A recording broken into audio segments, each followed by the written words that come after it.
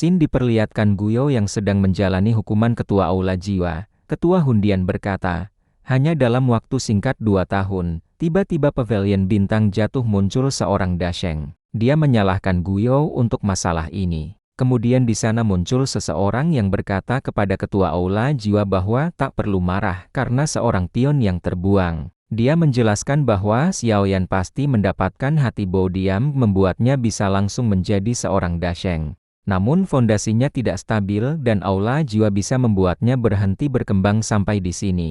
Sin kemudian memperlihatkan leluhur lembah api yang sedang membaca surat aliansi Xiaoyan untuk melawan aula jiwa. Leluhur itu pun berkata bahwa orang-orang seperti aula jiwa tidak berpendirian memang menjijikkan, tapi siapa yang mau mencari masalah dengan mereka? Dia pun memerintahkan untuk mengusir orang pavilion bintang jatuh. Ketua lembah api pun memperingatkan leluhurnya bahwa aula jiwa kini mengintai dengan tajam. Leluhur lembah api pun menanyakan siapa itu Xiaoyan dan dirinya berencana menikahkan Huo'er kepada Xiaoyan. Bisa mencapai Dasheng bintang 1 di usia semuda ini sudah cukup untuk membuktikan kehebatan Xiaoyan. Dirinya pun memuji Xiaoyan yang luar biasa.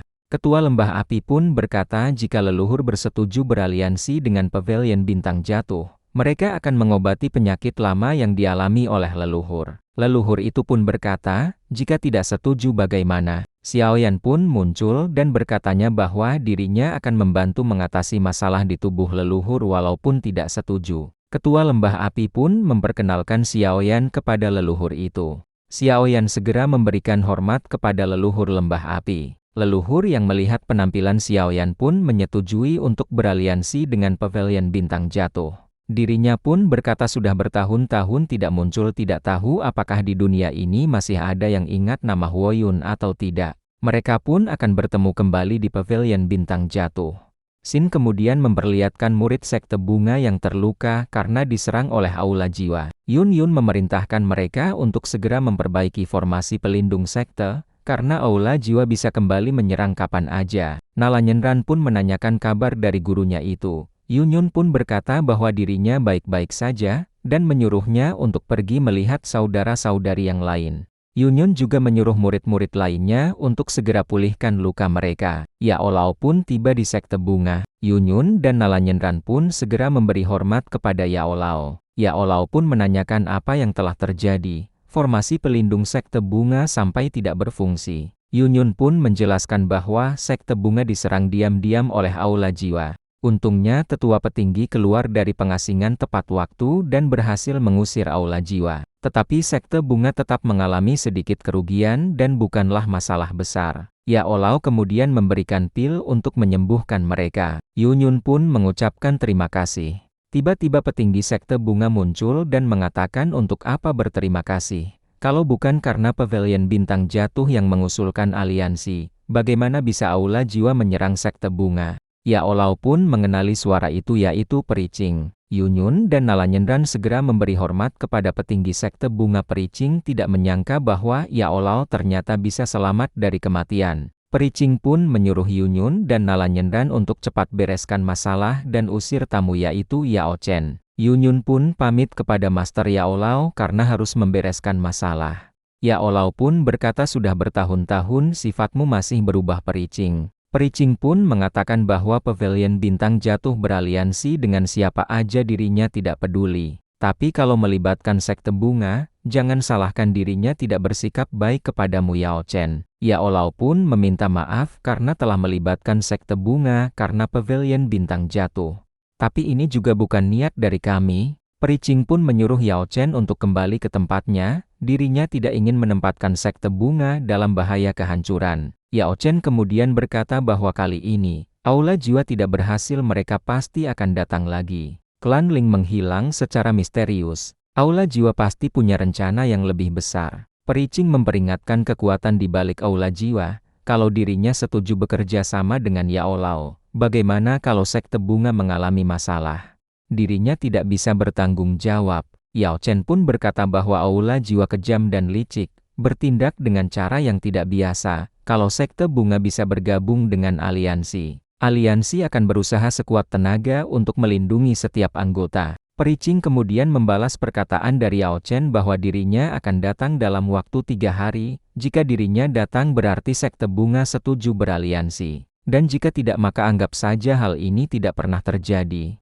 Peri Qing kemudian pergi dari tempat itu. Yao Chen pun berharap bahwa Peri Qing datang ke aliansi. Xin kemudian memperlihatkan Xiaoyan yang melaporkan bahwa lembah api sudah jelas setuju beraliansi. Sekarang tinggal menunggu balasan dari sekte bunga dan pagoda pil. Yao Chen pun berkata kepada Xiaoyan untuk tidak terlalu berharap pada sekte bunga. Serangan aula jiwa kali ini sudah membuat mereka patah semangat.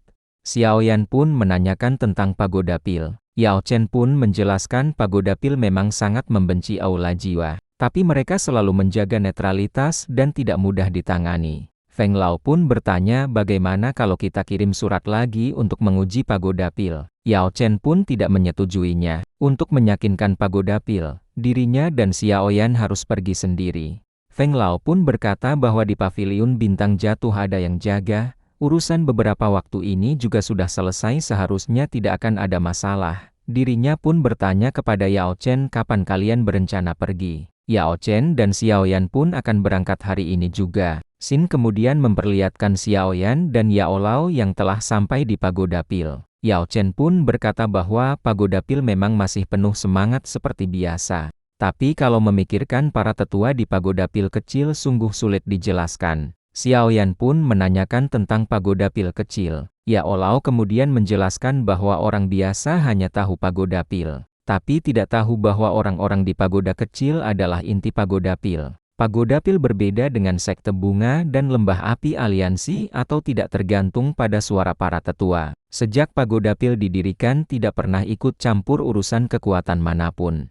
Meskipun 3 raksasa setuju membantu kita mendapatkan suara di rapat, kita juga harus siap pulang dengan tangan kosong. Xiaoyan pun berkata, aula jiwa mendominasi dataran tengah. Ada kesenjangan yang sangat besar antara kekuatan mereka dan kita. Hanya dengan menarik pagoda pil ke dalam aliansi, baru bisa mengajak semua orang melawan musuh bersama. Sesulit apapun itu dirinya akan mencobanya. Tetua pagoda pil pun memuji perkataan Xiaoyan. Dirinya pun berkata, ya Allah, dirimu sudah pulih beberapa hari yang lalu. Kenapa baru sekarang ingat untuk berkunjung? Ya Allah pun berkata, dirimu juga tahu bahwa tetua pagoda pil tidak menyukaiku. Tetua itu memuji Yao Lao yang menerobos benteng di tengah kemalangan. Yao Lao pun bertanya tentang kelanjutan soal aliansi.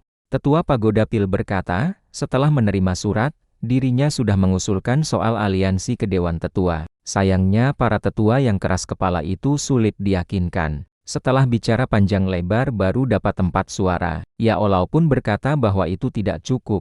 Setidaknya harus dapat setengah lebih dari 8 baru bisa berhasil. Tetua pagoda pil pun berkata sekarang leluhur tua pagoda pil tidak ada dan ini memang sulit. Leluhur tua pagoda pil sudah lama berkelana, kalau bukan karena giok jiwa masih utuh, mereka akan mengira terjadi sesuatu pada beliau. 3 hari lagi Dewan Tetua akan menerima tetua baru. Saat itu tetua baru ini juga memiliki hak suara. Saat ini kandidat paling bagus adalah Pak Tuahu yang memiliki masalah dengan Yao Chen. Jika dirinya terpilih pasti akan menghalangi soal aliansi. Pak Tuahu sejak konferensi alkemis dimulai sudah tidak suka dengan Yao Chen.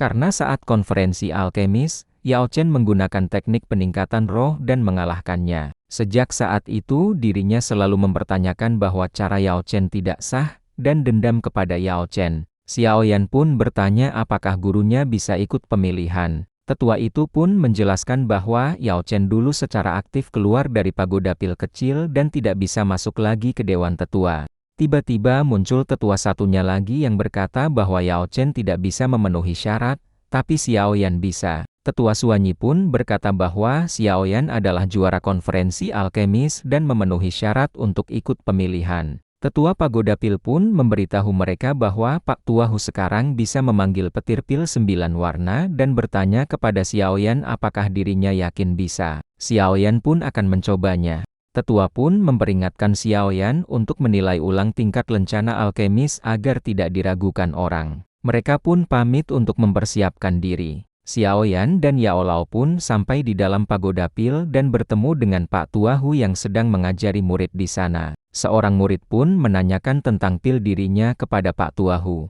Pak Tuahu pun menyuruhnya untuk mengikuti apa yang tertulis di gulungan. Xiaoyan pun mencoba menanyakan tentang pil yang dirinya buat. Pak Tuahu itu juga mempermasalahkan pil Xiaoyan yang tidak mengikuti aturan. Yao Chen pun muncul. Pak Tuahu pun mempertanyakan kenapa Yao Chen bisa berada di sini. Pak Tuahu berkata kepada Yao Chen bahwa dulu dirinya yang berinisiatif meninggalkan pagoda pil kecil. Dirinya kira kau punya harga diri, dan takkan kembali lagi seumur hidup. Yao Chen berkata bahwa pagoda pil punya jasa membesarkan dirinya. Kembali untuk melihat juga sudah sepatutnya. Pak Tuahu pun mempertanyakan apakah Yao Chen kembali untuk mendapatkan kursi tetua pagoda pil kecil. Dirinya pun akan mengikuti kompetisi untuk menunjukkan kemampuannya kepada Yao Chen. Dirinya pun pamit dari tempat itu. Yao Chen pun berkata bahwa Pak Tuahu dari dulu meragukan dirinya, tetapi kemampuan membuat pil Pak Tuahu tidak kalah dari Yao Chen. Xin kemudian memperlihatkan Xiaoyan dan Yao Chen yang menuju kompetensi obat pil. Para tetua pagoda pil pun muncul dan semua orang menyambutnya. Yao Chen memperkenalkan bahwa tetua itu bernama Tetua Agung Lin. Tetua itu pun mempersilahkan para peserta untuk masuk ke arena. Pak Tuahu dan Xiaoyan pun turun ke arena. Semua orang di sana pun bertanya-tanya siapa Xiaoyan yang masih begitu muda tapi telah menjadi alkemis kelas ke-8. Tetua pil pun menjelaskan bahwa Xiaoyan merupakan murid dari Yao Chen dan juga juara konferensi alkemis dan dirinya memenuhi syarat untuk mengikuti pemilihan tetua. Pak Tua pun memperingatkan Xiaoyan bahwa kompetisi ini bukan kompetisi biasa dan dirinya akan menunjukkan kekuatannya yang sebenarnya. Oke guys, itulah alur cerita BTTH episode ke-173. Jangan lupa untuk like, komen, share, dan subscribe. Semoga kalian suka dengan pembawaan cerita dari admin. Sekian dan terima kasih.